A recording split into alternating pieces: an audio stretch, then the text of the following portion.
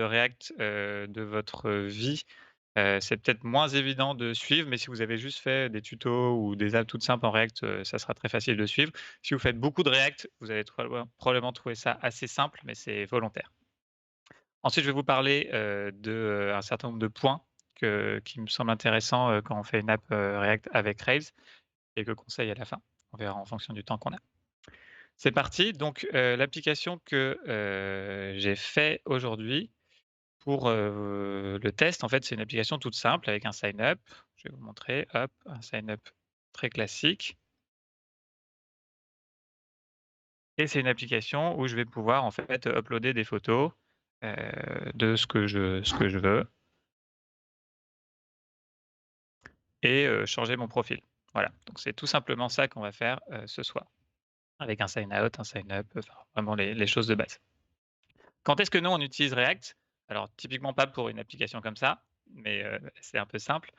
On l'utilise pour des applications qui vont être assez lourdes en termes d'interface, beaucoup d'animations, beaucoup de manipulation de DOM. En fait, React, accélère beaucoup la manipulation de DOM. On l'utilise beaucoup pour les applications mobiles, notamment, Progressive Web App, parce que c'est très snappy, c'est très réactif en fait, pour le mobile. On l'utilise pour les applications qui ont beaucoup de state en front, donc par exemple tout ce qui est process en multi-étapes, que vous voulez pas envoyer sur le serveur tout de suite, tout ce qui est des cases à cocher, des filtres un peu à combiner, dès qu'il y a beaucoup donc de state en front comme ça à garder. On l'utilise pour des applications où vous voulez faire du single page app, et ne pas changer de page. Donc par exemple, dès que vous avez un player audio, un player, vidéo et que vous voulez, changer de page sans interrompre, la lecture. Vous pouvez le faire avec Turbo maintenant, mais c'est pratique aussi avec React. En revanche, on va pas l'utiliser pour des apps type back office avec beaucoup de CRUD, beaucoup de formulaires, de création de modèles, update de modèles, ça sert vraiment à rien. On l'utilise pas non plus pour des apps très complexes en termes de process, de job, d'email, tout ce qui est un peu industriel, on va pas du tout utiliser React. En fait, la plupart des apps ont pas du tout, besoin de React, on marche très bien en Rails. Donc, on rentre dans le détail. Comment on installe React? Bon ça c'est connu, on utilise Webpacker. Le petit point, peut-être d'attention, on utilise la gemme React Rails. L'intérêt de React Rails, c'est ce que vous voyez ici, c'est qu'en fait, nous, on a un contrôleur, un seul contrôleur qu'on appelle généralement app controller, qui a une seule méthode qui est vide. C'est la racine donc de notre application qui envoie sur cette méthode et React Rails nous permet de rendre un composant React en Ruby, hein, vous voyez en bas à gauche, React Component App. Donc ça, c'est la partie un peu, front de notre Rails, donc vous voyez, c'est très léger. Si on rentre un peu dans le détail, donc l'authentification, il y a pas mal de façons de faire l'authentification en JavaScript. Nous, la particularité, c'est qu'on n'authentifie pas du tout côté JavaScript. En fait, on utilise tout simplement Device en Rails. Donc là, vous voyez mon contrôleur à droite et mes routes à gauche. Donc c'est très classique, hein, c'est Device, une gemme que vous avez probablement tous utilisée. On a du Authenticate User, on a nos paramètres, qui sont sanitisés et on a nos routes Device. Petite particularité, on fait un get pour le sign out. Ça permet de sign out directement avec un lien sans avoir à passer par un delete, comme le fait Rails. Et donc ce que ça veut dire concrètement, c'est qu'en fait toutes mes vues de, sign up, sign in, forget password, en fait, on les fait pas en React parce que celles de device sont très bien. Et donc je sais pas si vous savez comment fonctionne l'authentification device, c'est un système de cookies, qui est envoyé et de sessions sur le serveur et donc si le cookie qui est envoyé avec votre requête est le même que sur le serveur, bah, vous êtes authentifié. Il faut savoir, c'est que toutes les requêtes JavaScript que va envoyer votre navigateur, donc en Fetch ou en Axios, elles envoient aussi ce cookie. Donc en fait, vous allez être authentifié. Et donc nous, l'application React, elle est derrière cette authentification. On n'accède pas au React avant d'être authentifié, ce qui nous évite d'avoir à coder de l'authentification en JavaScript. Donc ça fait quelque chose d'assez simple. Le routing, donc là vous voyez mon routing Rails, donc il y a les routes device que je viens de vous montrer. On a des routes d'API, la particularité pour gagner du temps, c'est qu'on ne suit pas forcément un standard d'API comme OpenAPI ou JSON API. On utilise juste, les ressources en fait, Rails. Donc on essaye de calquer au maximum ce que Rails propose par défaut. Encore une fois, plus on est proche du standard Rails, moins on écrit de code, plus on va vite et moins on accumule de dettes techniques. Donc notre API en fait, elle suit, ressources pour les single resources, resources pour les multiple resources. Comme ça, on a du code qui est assez léger. Elle renvoie du JSON, mais on n'a pas besoin de le spécifier au niveau des routes parce qu'en fait, elle renverra que du JSON. Et la dernière partie de mes routes.rb, ben, c'est la racine qui va sur AppIndex et le petit truc que vous voyez à la fin là, en fait, c'est juste que ça catch toutes les requêtes autres, et ça les envoie quand même sur mon app React, à part les requêtes, Active Storage, pour pouvoir afficher les photos en Active Storage. Pourquoi? Parce qu'en fait, on a aussi du routing front. Et donc là, pour le coup, tout le routing de l'app, on le fait en React. C'est potentiellement un peu lourd s'ils avaient beaucoup de routes, mais comme j'ai dit, nos applications, souvent, elles meurent avant d'avoir atteint un stade trop complexe. Donc ici, on utilise React Router qui est, donc un package React que j'aime bien parce que la syntaxe des routes est très similaire en fait à celle de Rails, donc on n'est pas trop perdu avec les params qui sont, notés avec un 2 points. On a aussi là, le navlink, c'est un lien qui, prend la classe active dès qu'on est sur la page, donc ça fait gagner pas mal de temps. Voilà, donc c'est un bon package de routing si vous ne connaissez pas. Les API elles-mêmes, donc j'en ai parlé un petit peu, ça c'est mon contrôleur pour l'API de mon user. En fait, je l'ai dit, les requêtes, JS sont authentifiées avec device, ce qui veut dire que côté, contrôleur, on a accès à notre current user et à partir de là, on va essayer de calquer au maximum un contrôleur, Rails, normal, en fait «classique» entre guillemets. Donc on renvoie juste du JSON. En revanche, on a les strong param, de manière assez classique, hein. On permit nos strong param on va récupérer pour les requêtes, par exemple patch, ici, si on veut patcher notre user. On a nos erreurs. Donc là, en cas d'erreur de validation, en fait, on renvoie le hash de nos messages d'erreur avec un statut et sinon on renvoie le current user.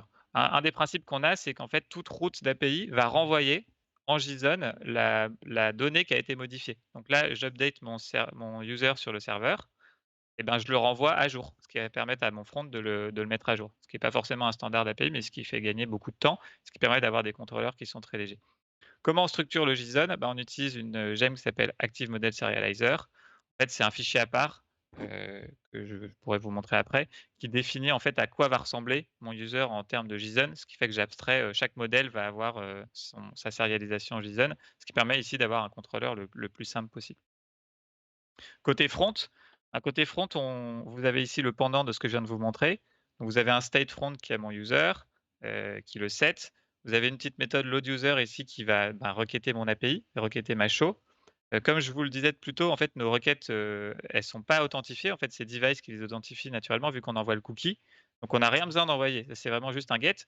On va utiliser Axios, plutôt que Fetch. Pourquoi? On y reviendra après, mais ça permet d'avoir une syntaxe un peu plus légère. Notamment, Axios va automatiquement, suivre la promesse du JSON. Donc vous avez directement, votre data, en fait, qui est du coup le JSON qui a été renvoyé par mon API. Donc ici, qu'est-ce qu'elle fait ma fonction? En fait, elle requête mon API, elle reçoit, le render, JSON current user de device et elle le set en front, heu, au chargement de la page, au début. Donc du coup, on va utiliser des promises plutôt que des async await. En fait, c'est plus lisible, dans notre cas, vous verrez plus tard aussi. Grosse particularité et alors là, souvent ça hérisse un peu les cheveux, c'est que du coup, vu qu'on renvoie le JSON tel quel, qui vient directement de notre modèle et ben, les keys, comme vous voyez en bas à droite, elles sont en snake case. C'est first underscore name et ça, on est en JavaScript, hein, on est dans le front. En fait, on fait pas d'interface entre le JSON et le state, c'est-à-dire qu'on va pas forcément transformer nos keys en autre chose. Pourquoi? Parce qu'on garde le snake case partout dans le front, pour tout ce qui vient du modèle et ça veut dire qu'après quand on va renvoyer notre user à l'API, par exemple pour le patch, on n'a pas besoin non plus de transformer les keys dans l'autre sens. On les garde en snake case, c'est un peu bizarre, mais ça fait gagner énormément de temps, quand on écrit du code. Et tout ça, ça nous permet de faire des formulaires. Pour les formulaires, je vais vous faire un petit live code, donc je vais vous recoder ce formulaire-là. Donc c'est mon formulaire qui permet de mettre à jour, mon utilisateur, en temps réel. Donc là, imaginons que je m'appelle Paul, hop, c'est un formulaire, voilà, d'update assez simple. Donc en React, si vous avez déjà fait des formulaires en React, surtout, sur une app assez simple, on utilise beaucoup ce qu'on appelle les control components. Donc c'est quoi un control component? Et ben, par exemple, là, j'ai un input, type text et en fait, je vais lui donner une value et sa value, ça va être une variable, en JS. Donc si vous avez jamais vu ça, ça s'appelle un control component. Donc là, je crée une variable qui est en fait dans mon state, qui au début va être vide. Donc j'ai first name et je peux la modifier avec cette first name et en fait ici, je vais dire value égale first name. Hop, je vais aller sur ma vue et je vais vous montrer à quoi ça ressemble. Donc là, j'ai un super input. Donc en fait, quand je tape dedans, il ne se passe rien parce que, la value, elle est fixée par mon React. Donc en fait, on met un onChange ici et en fait, à chaque fois que je vais taper, ça va déclencher l'event onChange et qu'est-ce que ça va faire onChange? Ça va être set first name égale event.target.value Ouais, donc ça, c'est quelque chose qu'on voit énormément, en React, enfin des versions un peu plus abstraites évidemment, là c'est très brut, mais c'est donc un control component, c'est donc un composant qui est 100 contrôlé par son state. Donc là, quand j'écris et ben, en fait, la valeur, que j'écris, elle est stockée dans mon state first name. À quoi ça sert de faire ça? Ben, ça sert, mettons que je veux, soumettre ce formulaire, hein, avec juste le prénom. Bah, ici, je vais créer un petit bouton et quand on va cliquer sur ce bouton, on va sauvegarder, envoyer une requête, à l'API qui va sauvegarder le user. Ça, c'est quelque chose aussi qu'on fait assez souvent. Donc ici, qu'est-ce qu'elle va faire cette fonction handle save? Et ben, elle va faire tout simplement ce que je vous ai montré plus tôt, une requête en patch à mon API. Et qu'est-ce qu'elle va envoyer comme paramètre, comme payload avec cette requête? Et ben, souvent un objet qui va être transformé en JSON, qui va être en fait, donc mon payload. Donc en l'occurrence là, il faut qu'il soit snake case parce que, ben, mon contrôleur, il attend des paramètres snake case. Voilà. Petite particularité, parce que si je soumets, ça va pas marcher. Si vous allez dans un contrôleur d'API ou si même vous allez dans application controller, vous verrez que, enfin d'ailleurs on va essayer de le soumettre et vous allez voir. Simple. Là, j'ai mon front, j'essaye de soumettre, save et j'ai une erreur. L'erreur, c'est quoi? Si on regarde, c'est invalid authenticity token. Donc, la plupart d'entre vous le savent probablement. En fait, Rails insère dans votre head un CSRF token. Donc en fait, c'est un token qui permet de sécuriser, la requête et s'assurer que la requête vient bien du site, en question et pas d'un autre site qui en fait requêterait, votre site. Qu'est-ce qu'il faut faire concrètement? En fait, il faut dans une requête JS, il faut l'intégrer dans les headers. Donc il y a un petit header, ça il faut le savoir. La première fois qu'on fait une requête en JS, on la prend à ses dépens. Donc en fait, on insère le token en header dans la requête. En l'occurrence, moi, je le récupère directement depuis mon HTML. Voilà. Donc je fais juste un document query selector et je récupère en fait mon meta tag qui a été généré par, par Rails en fait. Rails le génère sur toutes les pages, un meta tag avec le CSRF token. Ça, ma requête maintenant, si je la tape, je pense que je suis bon. J'écris Pierre, la requête est partie. Si je recharge, vous voyez que mon nom a bien changé. Donc ça, c'est top. On a fait un formulaire et on l'a soumis à une API, Rails et c'est quand même assez simple. Sauf que ça, il y a un jour où, vous allez vouloir envoyer un input qui ne sera pas un type text, qui sera un type file.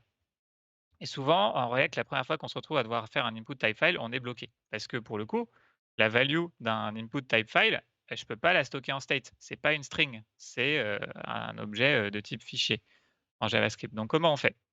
En fait, la particularité, c'est que ce payload, il est envoyé en JSON et ben, le JSON, ça supporte pas, les fichiers. Le JSON, c'est juste une string. Donc là, en React, souvent, quand vous allez voir des tutos ou que vous êtes débutant, vous allez, transformer votre, fichier en base 64. Ça, je l'ai déjà fait, j'avoue et vous allez envoyer cette string base 64 sur le serveur et puis après, ben, côté API, il va falloir, ben, récupérer cette base 64 donc le décoder. Donc vous allez avoir peut-être un params qui s'appelle, base 64 file et puis il va falloir le décoder en fichier et puis il va falloir, faire un là on utilise Active Storage donc il va falloir faire attach IO, enfin essayer de passer un IO depuis le base 64 et cetera. Sauf que ça fait beaucoup de logique côté contrôleur. En fait, Rails par défaut, comment il fonctionne Active Storage? Ben, il a juste un paramètre picture, qui correspond, si vous allez dans votre modèle, à mon attachment, Active Storage picture et ça marche très bien avec un formulaire, HTML. Pourquoi ça peut pas marcher avec un formulaire JS? Bah, en fait, si vous regardez comment fonctionnent les formulaires HTML, ils envoient pas du JSON évidemment, ils envoient autre chose. Ils envoient du form data. Form data, c'est accessible aussi en JavaScript. Donc en fait, tout simplement, au lieu d'envoyer du JSON, faites un nouvel objet form data, voilà, et vous le passez ici. Et Axios le gère très bien. Et la particularité de form data, c'est un objet sur lequel vous allez pouvoir rajouter des keys. Vous pouvez faire formdata.set, first name égale first name et donc vous remplissez votre form data. Sauf qu'en fait, la particularité de form data, c'est que vous pouvez lui passer directement votre formulaire et il va automatiquement lire le HTML et en récupérer les, champs. Donc en fait, nous, ce qu'on fait, quand on fait un formulaire en React, c'est qu'on utilise quand même la balise form, juste on lui passe rien du tout, pas de méthode, pas d'action et on va lui mettre un onSubmit et en onSubmit, on va passer notre fonction de save. Donc elle est pas en onClick sur le bouton, elle est en onSubmit sur le form. Du coup, ben, mon form, en fait, je peux le récupérer directement avec event.target ici. Donc là, en fait, vous avez new form data, ça va composer un objet de type form data à partir de mon formulaire. Bah, il va juste falloir qu'il ait les names, sinon il va pas pouvoir nommer mes keys. Ici, je rajoute name first name et à partir de là, en fait, on se rend compte qu'on n'a plus besoin du tout d'avoir value ni onChange. On n'a plus besoin d'un control component parce que le state, on l'utilise pas.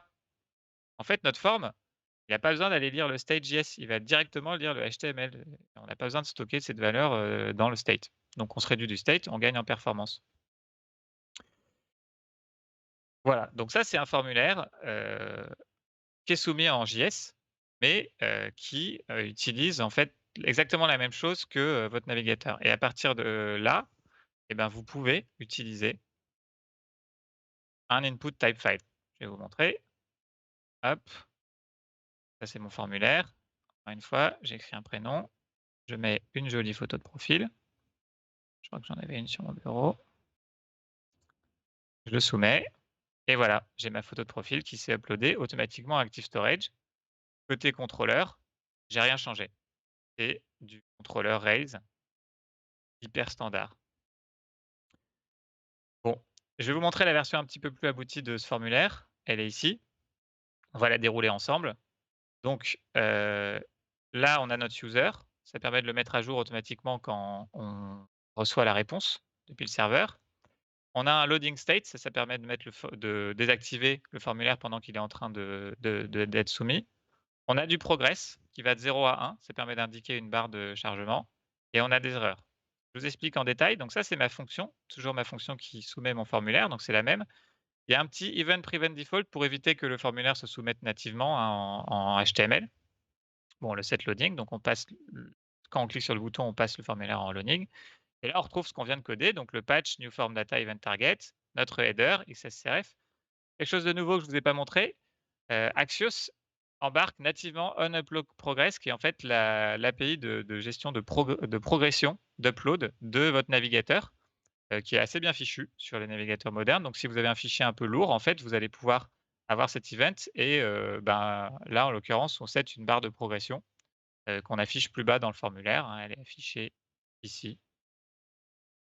Hop, avec un petit outil progress, hein, qui est donc une, balise HTML native. Quoi d'autre? Et ben, on a la promesse qui revient, donc on met à jour notre user avec la réponse depuis le serveur et on a les erreurs. Ce qu'il faut savoir et c'est pour ça qu'on l'utilise en fait, Axios va, catch, automatiquement tout ce qui n'est pas du réponse status 200. Tout ce qui va être 300, 400, 500, ça va rentrer dans catch, ce qui est pas le cas de fetch, la fonction, native de votre navigateur. Et donc en fait, je vous ai montré plutôt que quand on avait, une erreur de validation côté Rails, on renvoyait en JSON les messages d'erreur. Messages d'erreur qui ont été définis, en fait, tout simplement dans le modèle avec des validations. Donc là, on a un presence sur first name, last name, email avec des petits messages, qui ne sont pas localisés des petits messages d'erreur. Donc tout ça va être envoyé par notre API en cas d'erreur de validation. Tout ça va être catch par Axios et va directement l'injecter dans notre state et on va avoir un petit objet errors en front. Et en fait, tout simplement, ce errors, on le passe dans la vue en cas d'erreur. Et donc, qu'est-ce que ça donne concrètement? Je vous montre mon formulaire. Si ici, j'oublie de mettre un prénom, en fait, j'ai mon message d'erreur qui s'affiche. Ça, c'est pas de la validation front, c'est de la validation back. C'est renvoyé depuis mon contrôleur, renvoyé depuis mon modèle, c'est tout simplement mes validations Rails que j'affiche dans un contrôleur, heu, dans un formulaire en React. Pareil pour la profile picture, si elle n'est pas là, elle va avoir une erreur et donc ça, c'est le formulaire, donc un formulaire React qui va gérer les erreurs, qui va gérer les fichiers et qui va gérer, un progress. Alors là, je suis en local, donc c'est quasi instantané et si vous le faites en ligne, vous verrez qu'il y a une barre de progression qui montre le niveau d'upload. Donc voilà ce que je voulais vous montrer un peu sur les formulaires, la façon dont on gagne du temps. Pour résumer, donc on utilise assez peu les control components, donc on évite le value et onChange. On laisse en fait tout simplement notre navigateur gérer son input, ce qui veut dire qu'on soumet les formulaires avec form data plutôt que des payload JSON, ce qui nous permet d'avoir des fichiers. On inclut le petit, CSRF token, ça arrive parfois, vous voyez des tutoriaux qui vont le skip, en fait, qui vont, enlever la protection côté, contrôleur parce que, c'est plus simple, mais en fait, vous perdez en sécurité. Alors que si vous l'incluez, ben, vous gardez la sécurité du CSRF. On utilise le snake case pour les names de nos inputs, comme ça, côté contrôleur, on est hyper, standard, raise. On a le on upload progress dont je vous ai parlé et on renvoie en fait en JSON les erreurs, de validation Rails, ce qui permet de ne pas coder de la validation front. Donc voilà, c'est un peu des petites techniques pour, gagner beaucoup de temps et faire du code qui est assez léger. Je crois que j'arrive à la fin de mon temps. Un dernier point que je voulais adresser, c'est en React, on a souvent des questions de state management au niveau global. Donc en fait, comment on garde du state entre les différentes pages de notre app. Non, on va jamais utiliser de librairies comme Redux ou React Query qui permettent de faire ça, parce que c'est quand même assez lourd. On utilise juste, Context qui est, nativement dans React en fait, donc ça permet de partager par exemple notre user entre différentes pages. On va charger en fait en contexte uniquement, ce qui est, utilisé sur toutes les pages, donc le user, les settings, les notifs. En revanche, ce qui est spécifique à une page, par exemple les photos ici, on va uniquement, les, charger dans ce composant-là. Ça évite, ce petit truc que vous voyez souvent dans des apps, React, c'est le petit use effect load all the things, c'est-à-dire, vous arrivez sur l'app et en fait, au chargement de l'app, on requête, allez 8 € de API et en fait, on charge toute la data comme ça, on est sûr qu'on l'a, et on la met dans le store, Redux, donc ça, on essaye d'éviter. Voilà, c'est un peu tout ce que j'avais à vous montrer aujourd'hui. Donc, pour résumer, juste quelques apprentissages, en fait, un peu quelques principes que moi je me donne quand je code comme ça en React sur une appraise. La 1re chose, c'est d'éviter de recoder les fonctionnalités du navigateur. Vous avez des gens brillants, qui développent en fait, vos API de navigateur. Aujourd'hui, il y a quand même beaucoup de navigateurs qui sont à jour. Alors oui, il y a encore du legacy sur les API de navigateur, mais il y en a qui fonctionnent très bien. Un input, ça fonctionne, on tape dans un input, ça écrit. Pourquoi on aurait besoin de passer par la mémoire JavaScript pour écrire dans un input? Pas forcément. À l'inverse, ben, si vous choisissez un package, ce qu'il faut savoir en front, c'est que, ben, évidemment, tout package que vous ajoutez dans votre application, ça coûte de l'argent à votre utilisateur parce qu'il va devoir utiliser la data sur son téléphone ou sur son ordinateur pour le télécharger. Alors, c'est pas beaucoup. Par exemple, Axios, je crois que ça fait 4 kilos, donc c'est un package qui est évidemment qu'on va l'utiliser parce qu'on gagne beaucoup de temps. Mais après, il y a des packages qui sont plus ou moins gros, donc choisissez-les avec attention, surtout s'ils recodent des fonctionnalités du navigateur. Mais du coup, une fois que vous avez choisi un package ou un framework, ben, appuyez-vous dessus. Parce qu'un principe que moi j'aime beaucoup, c'est de dire, moins vous écrivez de code, moins vous avez de dettes techniques. Donc en fait, appuyez-vous sur le framework parce que le framework, lui, pour le coup, il est déjà testé, il est déjà solide. Donc en fait, plus vous êtes proche du framework, plus vous êtes proche de ce qui est plus vous utilisez ce qui est codé dans le framework plutôt de le réécrire de la logique vous-même, ben, plus vous réduisez votre risque d'erreur et donc votre dette technique. Et enfin, dernier principe, bah, le dry, en fait, ça marche aussi entre le front et le back quand vous êtes sur une app comme ça qui est très, intégrée en monorepo. S'il y a quelque chose qui est codé en back, il n'y a pas besoin de le répéter en front, hein, c'est de la duplication logique. L'exemple ici, c'est les validations. Si votre validation back marche et les validations raise, on sait qu'elles sont très puissantes, très pratiques, et ben, utilisez-les pour, valider le formulaire. Ne recodez pas par-dessus la validation, front. En tout cas, c'est du temps perdu. Donc voilà, si vous voulez aller un petit peu plus loin, je vous ai mis quelques articles. Donc il y a un bouquin, de, Pragmatic Programmer qui est en cours d'écriture, qui s'appelle Modern Front-End Development for Rails, qui a tout un chapitre sur React notamment. Ce deuxième article très pratique si vous commencez à avoir des problèmes de perf sur vos apps React, en fait, c'est toutes les règles qui font que React va re-render le DOM ou pas. Ce qui est un peu le problème de performance en React, hein, évidemment, c'est qu'il n'arrête pas de re-render tout le HTML pour n'importe quel changement. Et un petit exemple, des fonctionnalités avancées de Rails, en l'occurrence Action Cable, qui marche assez bien avec React, une fois qu'on plonge dedans. Merci beaucoup, pour votre attention. On arrive à la fin. Peut-être le petit mot de la fin, évidemment, tout ce que je vous ai montré sur une app qui est extrêmement simple, qui a 2 modèles, dont un qui est le user, qui a, 5 routes d'API, donc évidemment, ça paraît très simple. Dès que vous avez une app qui va se complexifier, il va falloir mettre un peu d'abstraction, notamment côté React. Il va falloir, changer un peu les choses. Donc tout ce que je vous ai montré, évidemment, ne marche pas, pour une app de taille énorme, mais nous, en tout cas, ça nous fait gagner énormément de temps et on va quand même assez loin avec, cette approche, hyper succincte, en fait, hyper frugale, du React et en fait, c'est parce qu'on utilise Rails qu'on peut avoir du React aussi simple. Donc en fait, il y a vraiment une complémentarité entre les frameworks, moi, je trouve. Merci. Je vais donc rendre la ah non, je vais prendre les questions, je sais plus. Oui, juste avant, de nous quitter, je crois qu'il y a eu quelques questions dans le chat. Merci, Pierre, pour cette présentation, déjà. Et oui, je Alors voudrais attendez, répondre je lis les questions. comme ça. Alors, il y a une extension à Axios ou autre qui permet de faire des patchs à la raise. Alors non, en fait, Axios, si vous faites axios.patch, il fait une méthode en patch. J'ai jamais essayé en put. J'avoue, je me suis jamais posé la question, mais ouais, ça gère le patch. Voilà. Hem, effectivement, il y a un package Axios on Rails qui met le CSRF token par défaut. Là, je vous l'ai montré un peu en brut pour que vous sachiez qu'il existe. Évidemment, on va pas réécrire, ce header, hyper verbeux dans chaque requête, hein, dans chaque, moi généralement je mets ou bien une fonction dans un coin qui le récupère ou bien effectivement un package. OK, je regarde d'autres questions. Je préférais la photo de renard. Effectivement, il y a beaucoup de photos de renards dans mes apps.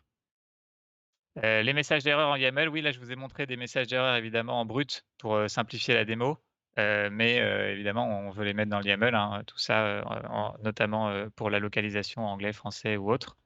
Là, c'était vraiment pour simplifier. Hem et alors, il y a une petite question sur les serializers. Je vais vous montrer mon serializer, je vous l'ai pas montré effectivement. Donc un serializer, ça ressemble à ça. Hop.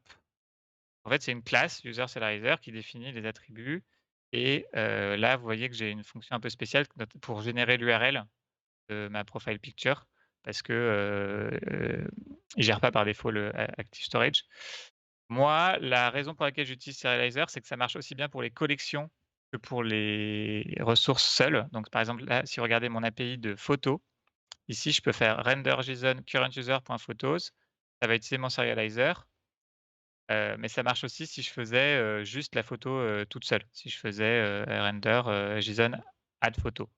Voilà, en l'occurrence, j'ai été un peu brut, je renvoie 100 de mes photos à chaque requête, que ça soit un create ou un destroy. Je vous ai pas montré la partie photo, mais j'ai codé le petit destroy qui marche bien.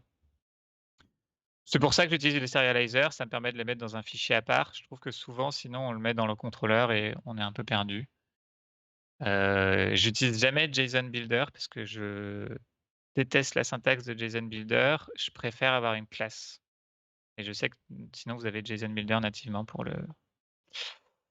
le Rails et donc dernière question, React versus Stimulus. Moi j'adore Stimulus, j'adore Hotwire, mais l'année dernière j'ai passé 1 an à développer une app assez complexe et je me suis mis le challenge de la développer 100 en turbo, juste Stimulus et en fait je me suis cassé les dents sur des soumissions de formulaires, notamment sur du state front en multipage et cetera. J'ai passé beaucoup de temps à résoudre des problèmes en stimulus, et avec du HTML over the wire.